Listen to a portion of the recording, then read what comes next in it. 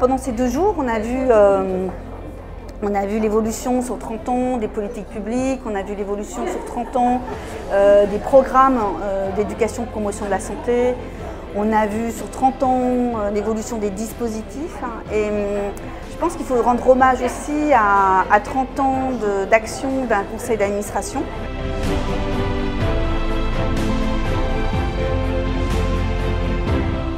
Une journée rassurante et qui nous conforte, nous, acteurs de la santé, de santé publique et de prévention à la santé, à continuer à mettre en place des programmes qui nous sont spécifiques, propres. De plus en plus, la Caisse générale de sécurité sociale, de par sa politique de prévention, mène des actions de proximité pour pouvoir entendre, écouter et accompagner les populations, et notamment les populations qui en ont le plus besoin.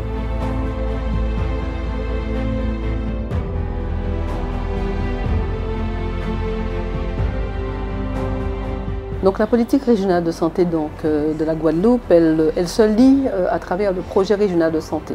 On a besoin effectivement que les associations nous accompagnent. Alors pour citer quelques-unes, c'est concernant la nutrition, donc l'alimentation, l'activité physique, où vraiment tout le travail qui est fait dans les écoles et de longue date a besoin justement d'être pérennisé. Mais l'IREP s'accompagne dans ce domaine-là. Mais l'objectif, c'est aussi que les autres prennent le relais.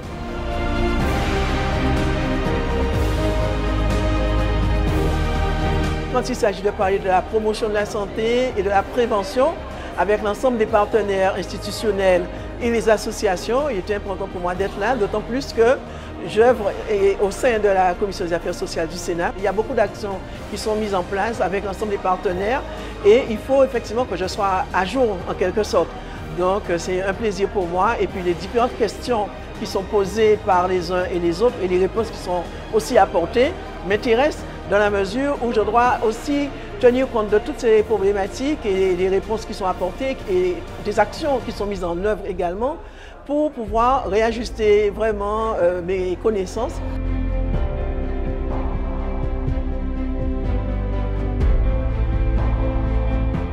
Chaque fois qu'il faut faire appel à un acteur qui est structuré, parce que c'est très important, structuré, qui peut suivre les financements qui sont accordés, nous rendre des résultats, et puis d'évaluer ce qui est fait, ça nous intéresse, et c'est ça dont on veut retenir aussi de l'IREPS, partenaire à nos côtés, comme l'Observatoire de la santé d'ailleurs, partenaire à nos côtés pour faire monter en compétence les acteurs, et donc les acteurs associatifs, mais aussi parfois les acteurs institutionnels.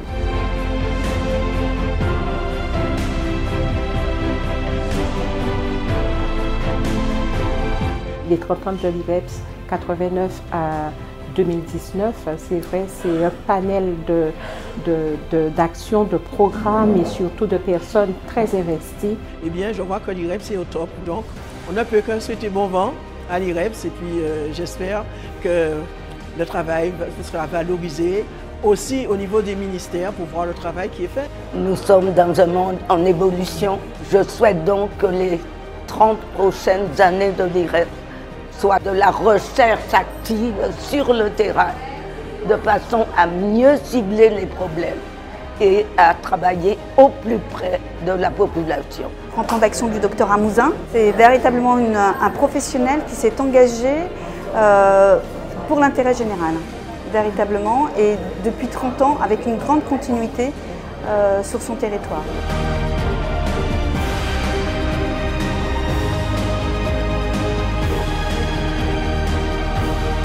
La vie, pour moi, c'est quelque chose de sacré. C'est qu'il faut respecter aussi la vie de nos personnes âgées et apprendre déjà à nos enfants que prendre soin de sa santé, c'est faire preuve de citoyenneté.